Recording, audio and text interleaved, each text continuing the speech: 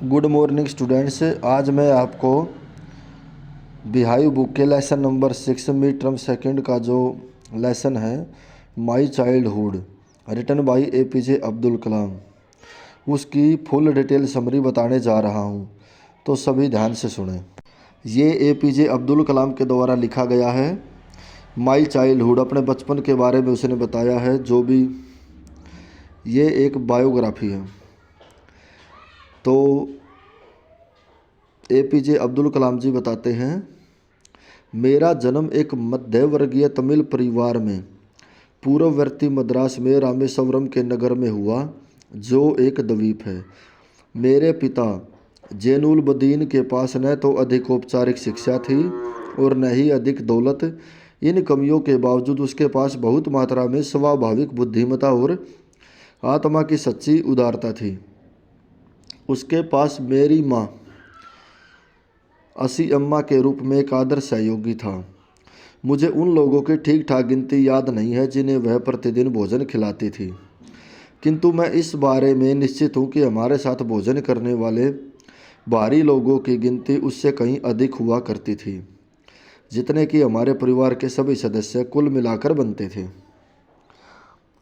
मैं परिवार के अनेक बच्चों में से एक था, एक नाटा सा छोटा सा लड़का जिसकी शक्ल कुछ साधारण सी थी और जिसका जन्म ऊंचे लंबे सुंदर माता पिता के घर हुआ था। हम अपने पुश्तैनी मकान में रहते थे, जिन्हें 19वीं शताब्दी के मध्य में बनाया गया था। यह एक काफ़ी बड़ा पक्का मकान था जो ईंट और चूना पत्थर का बना हुआ था और जो रामेश्वरम की मस्जिद वाली गली में था। मेरे संयमी और कठोर पिता सभी अनावश्यक सुविधाओं और ऐश्वर्य की चीज़ों से परहेज करते थे, किंतु भोजन, दवाइयाँ और वस्त्रों के रूप में सभी आवश्यक चीज़ें जुटाई जाती थीं। वास्तव में मैं ऐसा कहूँगा कि मेरा बचपन भौतिक और भावनात्मक दोनों रूपों से सुरक्षित था। 1939 में दूसरा विश्व युद्ध छिड़ गया, जब मेरी आयु 8 वर्ष की थी। कुछ कारणोंवश जो मुझे कभी समझ में नहीं आ पाए, बाजार में इमली की गुठलियों की मांग अचानक से पैदा हो गई। मैं गुठलियाँ इकट्ठी किया करता था और उन्हें मस्जिद वाली गली में एक परचून की दुकान पर बेच आया करता था। एक दिन की कमाई से मुझे एक आने की शाही रकम प्राप्त हो जाती थी। मेरा बहनोई जलालुद्दीन मुझे युद्ध के संबंध में कहानियाँ सुनाया करता था, जिन्हें मैं बाद में दिनमणि समाचार पत्र की सुर्खियों में ढूंढने की कोशिश किया करता। एकांत में स्थित होने के कारण हमारा अक्षेत्र युद्ध से पूरी तरह अप्रभावित रहा, किंतु शीघ्र ही भारत संयुक्त सेनाओं के साथ शामिल होने के लिए मजबूर हो गया और आपातकाल के जैसी स्थिति घोषित कर दी गई। इसका पहला आघात इस रूप में आया कि रामेश्वरम स्टेशन पर गाड़ी का रुकना स्थगित कर दिया गया। अब समाचार पत्रों को बंडलों के रूप में बांधना पड़ता और उन्हें चलती गाड़ी में से रामेश्वरम और धनुषकोडी के बीच पड़ने वाले रामेश्वरम सड़क के ऊपर फेंक दिया जाता। इससे मेरा चचेरा भाई शमसुद्दीन, जो रामेश्वरम में समाचार पत्र बांटता था, इस बात के लिए बाध्य हो गया कि वह बंडलों को पकड़ने के लिए किसी सहायक की तलाश करे, और मानो स्वाभाविक रूप से इस रिक्त स्थान को मैंने भर दिया। शमसुद्दीन ने मुझे मेरी पहली पगार प्राप्त करने में सहायता की। 50 वर्ष बाद मैं अब भी गर्व की उस लहर को महसूस कर सकता हूँ जो पहली बार स्वयं अपने पैसे कमाने में मुझे महसूस हुई। प्रत्येक बच्चा किसी विशेष सामाजिक और आर्थिक और भावनात्मक वातावरण में कुछ पैतृक गुण लेकर पैदा होता है और घर के अधिकार प्राप्त व्यक्तियों से कुछ विशेष बातें सीखता है। मैंने अपने पिता से ईमानदारी और स्व अनुशासन सीखा और अपनी माता से मुझे उसका अच्छाई में विश्वास और गहरी दया भावना प्राप्त हुई, और इसी प्रकार ये चीज़ें मेरे तीनों भाइयों और बहन को भी प्राप्त हुई। बचपन में मेरे 3 घनिष्ठ मित्र हुआ करते थे, रामानंद शास्त्री, अरविंदन और शिव प्रकाशन। ये सभी लड़के रूढ़िवादी हिंदू ब्राह्मण परिवारों से थे। बच्चों के रूप में हमसे कोई भी अपने धार्मिक अंतरों और पालन पोषण के कारण अपने बीच कभी कोई अंतर महसूस नहीं करता था। वास्तव में रामानंद शास्त्री पाकसी लक्ष्मण शास्त्री का बेटा था, जो रामेश्वरम मंदिर का मुख्य पुजारी था। बाद में उसने अपने पिता से रामेश्वरम मंदिर की पुरोहिताई प्राप्त कर ली। अरविंदन ने आने वाले तीर्थ यात्रियों को लाने ले जाने का प्रबंध करने का व्यापार शुरू कर लिया और शिव प्रकाशन दक्षिण रेलवे के लिए भोजन सामग्री जुटाने वाला ठेकेदार बन गया। श्री सीताराम कल्याणम के वार्षिक उत्सव के दौरान हमारा परिवार एक विशेष मंच वाली नौकाओं का प्रबंध किया करता था, जिसके ऊपर भगवान की मूर्तियां मंदिर से उस विवाह स्थल की ओर ले जाई जाती थी जो हमारे घर के समीप राम तीर्थ नाम के एक तालाब के मध्य में स्थित था। रामायण और मोहम्मद के जीवन संबंधी घटनाएं मेरी माँ और दादी हमारे परिवार में बच्चों को रात को सोने के समय सुनाया करती थी। एक दिन जब मैं रामेश्वरम के प्रारंभिक स्कूल की 5वीं कक्षा में था तो हमारी श्रेणी में एक नया अध्यापक आया।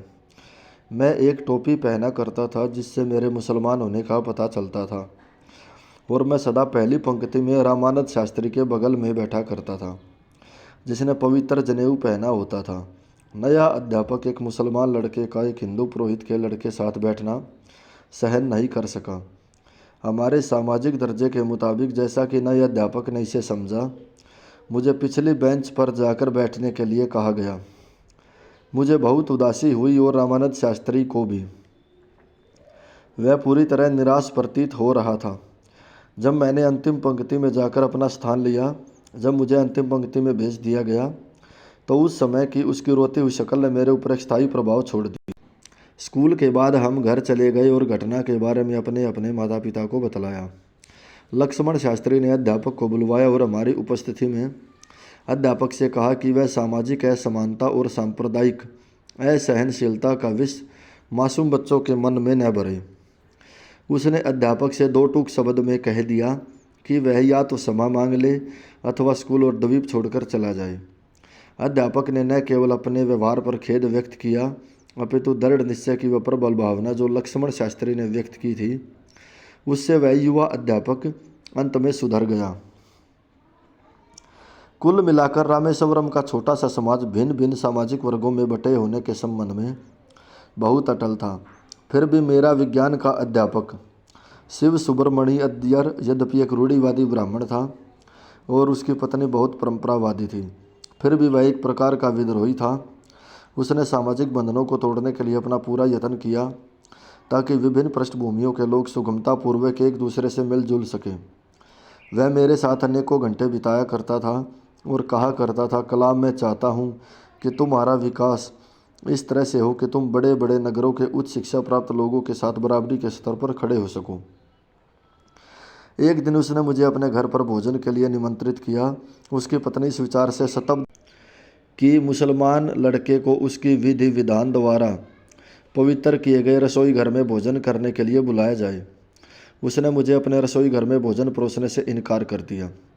शिव सुब्रमण्य अय्यर को कोई परेशानी महसूस न हुई और न ही वह अपनी पत्नी से नाराज़ हुआ, किंतु इसकी बजाय उसने मुझे अपने हाथों से भोजन परोसा और अपना भोजन खाने के लिए मेरे साथ बैठ गया। उसकी पत्नी रसोई घर के दरवाजे के पीछे से हमें देख रही थी। मैं हैरान हो रहा था कि क्या उसे इस बात में कोई अंतर दिखाई दे रहा है, जैसे कि मैंने चावल खाए, पानी पिया अथवा भोजन के बाद फर्श को साफ किया। जब मैं उसके घर से जा रहा था तो शिव सुब्रमण्य अय्यर ने अगले सप्ताह फिर से आकर उसके साथ भोजन में शामिल होने का निमंत्रण दिया। मेरी हिचकिचाहट को देखते हुए उसने ऐसा बोलते हुए मुझे परेशान न होने के लिए कहा, जब एक बार तुम किसी प्रथा को बदलने का निश्चय कर लो तो इस तरह की समस्याओं का सामना करना ही पड़ता है। जब मैं अगले सप्ताह उसके घर पर आ गया तो शिव सुब्रमण्य अय्यर की पत्नी मुझे अपने रसोई घर में ले गई और मुझे अपने हाथों से भोजन परोसा। पिता से रामेश्वर से जाने और रामानाथपुरम के जिला मुख्य केंद्र पर शिक्षा प्राप्त करने की अनुमति मांगी। उसने मुझे इस ढंग से कहा मानो ऊंचा बोलकर सोच रहा हुआ, बुल, मैं जानता हूँ तुम्हें विकसित होने के लिए जाना पड़ेगा। क्या समुद्री चिड़िया पूर्व से पश्चिम तक बिना आराम किए और बिना किसी साथी के अकेली उड़कर नहीं जाती है? उसने मेरी हिचकिचाती हुई माँ से खलील जिब्रान के शब्दों को उद्धृत किया, तुम्हारे बच्चे नहीं हैं, वे स्वयं जीवन उमंग के बच्चे और बच्चियां हैं। वे तुम्हारे माध्यम से आए हैं किंतु तुमसे नहीं। तुम उन्हें अपना प्यार दे सकती हो लेकिन अपने विचार नहीं, क्योंकि उनके अपने अलग विचार हैं। ये थी इस लेसन की हिंदी में समरी। सभी बच्चे ध्यान से सुन लेना।